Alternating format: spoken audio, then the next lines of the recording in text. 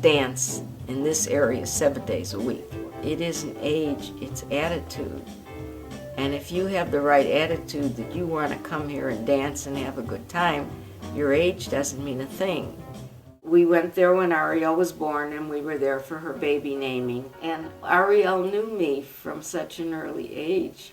But when she was 2, they were making a birthday party, and Michelle said, she's not going to have any grandparents at her birthday party. So Hershey and I flew there to be there for her second birthday party. Happy birthday, dear Ariel. Happy birthday to you. Hold out. I'm not afraid of growing old. I'm old. I mean, how can I be afraid of it? What happened? Where did the years go? And there she is. We were always finding fault with some part of us. Well, if you're finding fault, Lenore, you need to get a new mirror. Okay, so let's do the board first. Okay. Goodbye, all. Grandma Zake lived to have her 100th birthday, but she was a very independent person who lived on her own till she was 95. You want a piece? Everything there. Yeah, the first time I saw her, I was impressed. I wasn't so impressed. She, He stopped there and he kissed me, which I was in shock. I'll never forget that. I thought, what is this? she just appealed to me, you know, she had everything that I wanted in a woman, and she was sensible, she was no dummy. And if a girl was dumb, I don't think I'd want anything to do with her. In all the old familiar places that this heart of mine embraces.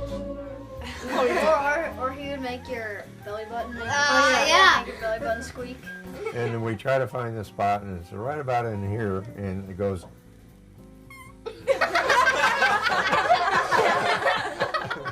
I'll be 88 years old. Would you have said I'd live this long? I'd say, nah.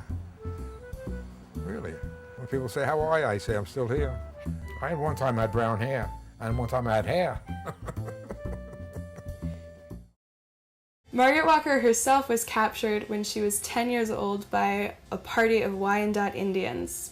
It was the summer of 1781. They lived in what is now Allegheny County in Pennsylvania, and they were taken from there to Detroit, where they were turned over to the English. And then in 1783, the Treaty of Peace was signed, which ended the Revolutionary War, and afterwards the 3 children were returned safely home to Pennsylvania. I got thrown out of nursery school because I flunked a nap. Great disappointment to my mother. She thought she was going to have me out of the house finally. She had to wait another year. He never stops learning Kabbalah, Judaism, his project Muslims that Save Jews. The Islam, the mystical side of Islam that I know is beauty. So it's involved with song and dance and chanting and poetry. It's beauty. I don't know this other Islam. What it means to be with Klansky. Probably about the closest family you will ever meet. We're so close that a second cousin will take a bullet for you. I told him I had a date, which I did, and he said he's not going to go home till I say yes. So here it is, 12 o'clock, 1 o'clock, 2 o'clock, 3 o'clock, 4 o'clock, 5 o'clock, 6 o'clock, 7 o'clock, 8 o'clock, time to get ready for church, and he's sitting there, I'm not going home. On the third date, he proposed. I wasn't ready, but a year later, I married him. He wouldn't go away. My father would tell jokes, and he would be the center of attention with his violin. And on my way down to the studio tonight, a man approached me and said, I haven't had a bite for 4 days, so I bit him. a typical day for Grandma Peters, I get up about 3:30, I don't know why, but I do. I dust the house, the first floor. I don't know why, but I do. Grandpa's peeking through there. See him peeking? It must be near some kind of eating time. I graduated Northwestern in 1943. My old college song. 42, no, no, no, no, just a class of 43. The doctor told me she was about to die, and I went in, and I said, Grandma, before you go, could you give me your turkey dressing recipe? And believe it or not, right before she died, she said, you take 2 loaves of bread, you squeeze, and I wrote it all down exactly like she told me on a yellow piece of paper. And I still have that yellow piece of paper. We started just dating each other exclusively. Sometimes when you are trying to impress somebody, you're more self-conscious and perhaps more careful, but I was very much myself and stated what I thought because I didn't give a darn. She was in heaven to be pregnant with Melissa. It was a very happy, and I recall a very smooth pregnancy. Best looking baby in the nursery. She was like a fish who finally found water. She just was, this had been something that she had wanted since she was a very, very young woman.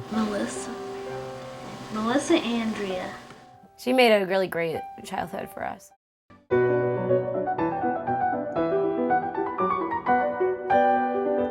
My Uncle Al was the most comedic of all of them. He was the comedian. A jokester. Funny guy. The humorist. The funny man. Jokester. I'd say the jokester. The jokester. I remember him as the jokester. Absolute funniest guy in the family, no question about it. Just a funny, funny man. I think about laughs. Jokes. Humor. Wit. He just liked to have fun.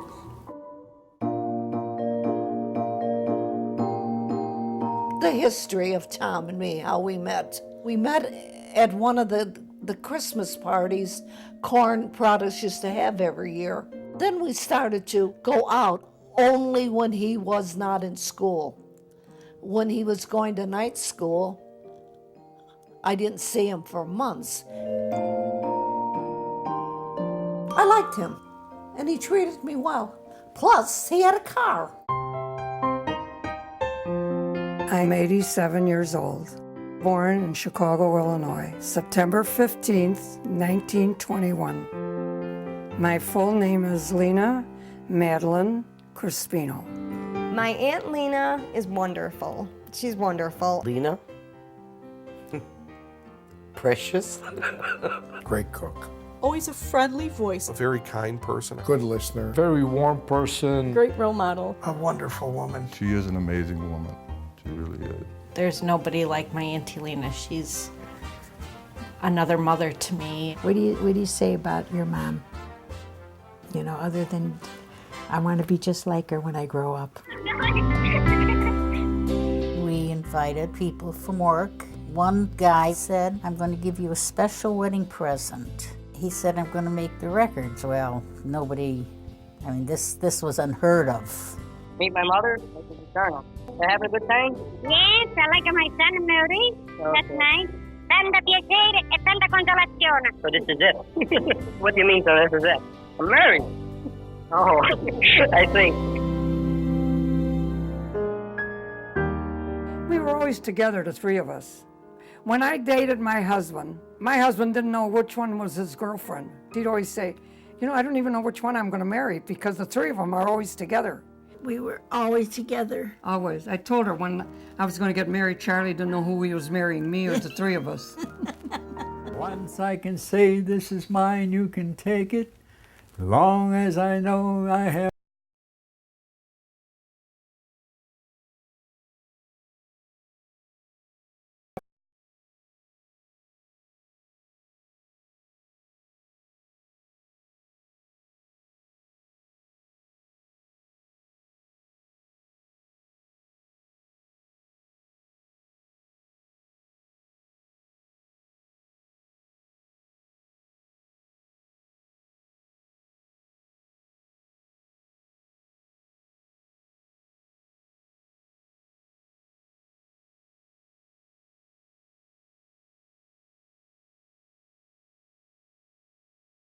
And I'll be saying to you, well, honey, what do you want to do, honey?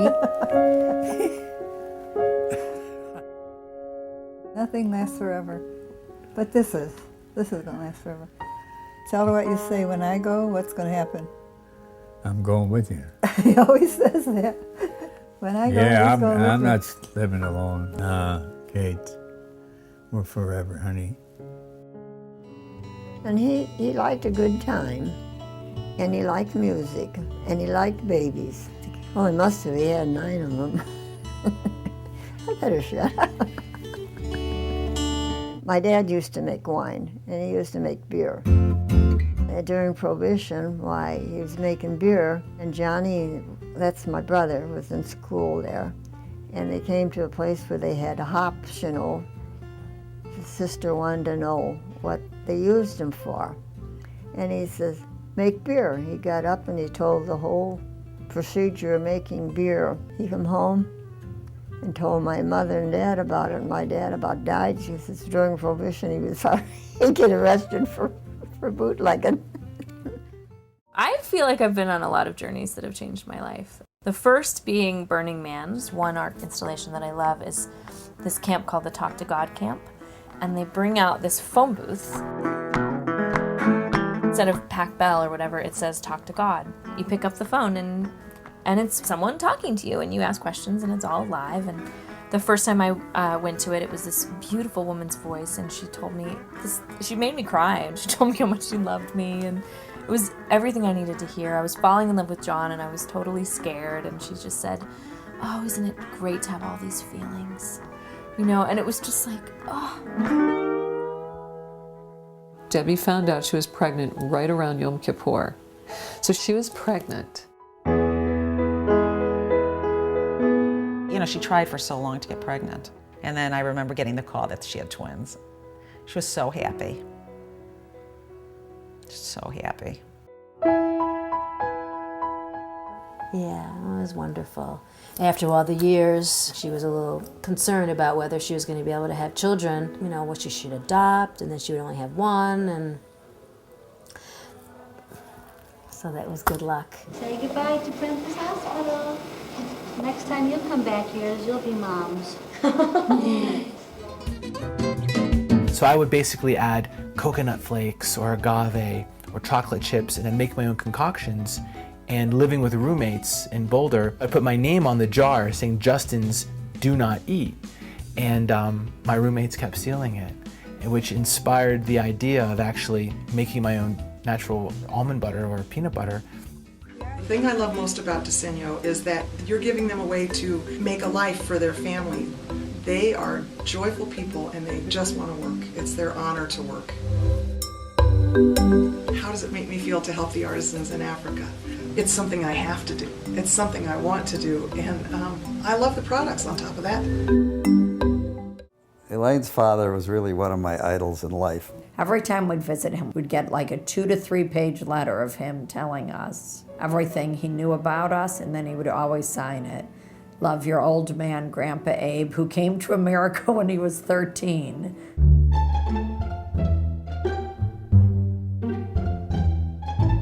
I was born in Manitowoc, Wisconsin in 1936. My teacher was what they in Hebrew call a shechet, a kosher butcher, who in Manitowoc also served as the rabbi. And he was more orthodox than anyone. Every day I would buy 2 Hostess cupcakes, and then I would go to his house, which smelled of meat.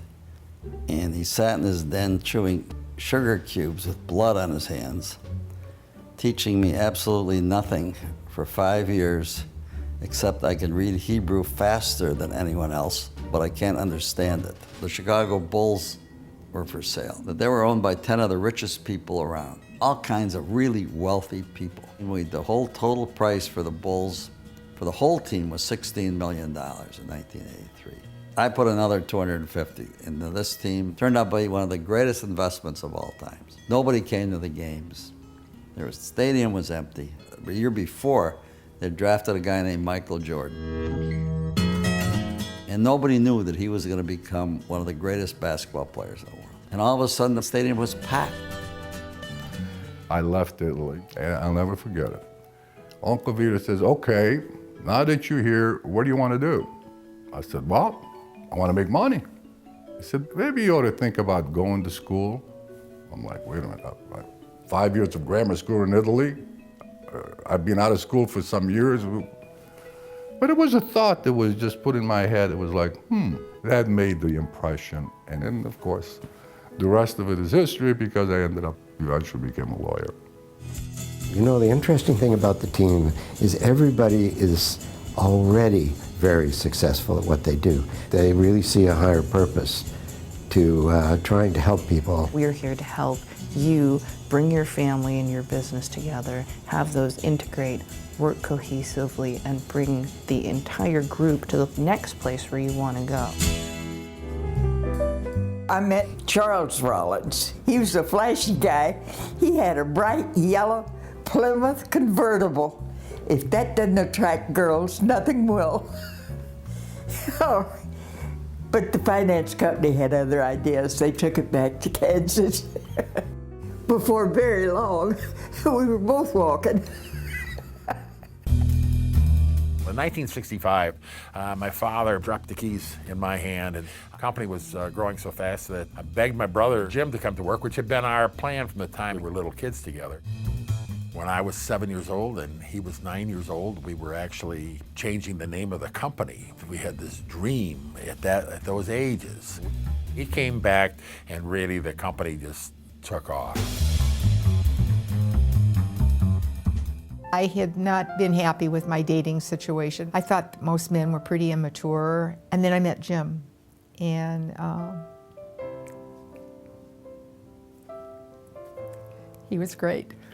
Met in March, and we got married the following year in May. We had a lot to learn about married life and communication with each other. You know, looking back, it got into what's the meaning of life? Because I defined life as duty. And she didn't. She saw life as something bigger. And we had to figure out a way to be with each other. I think we started developing a spiritual life together.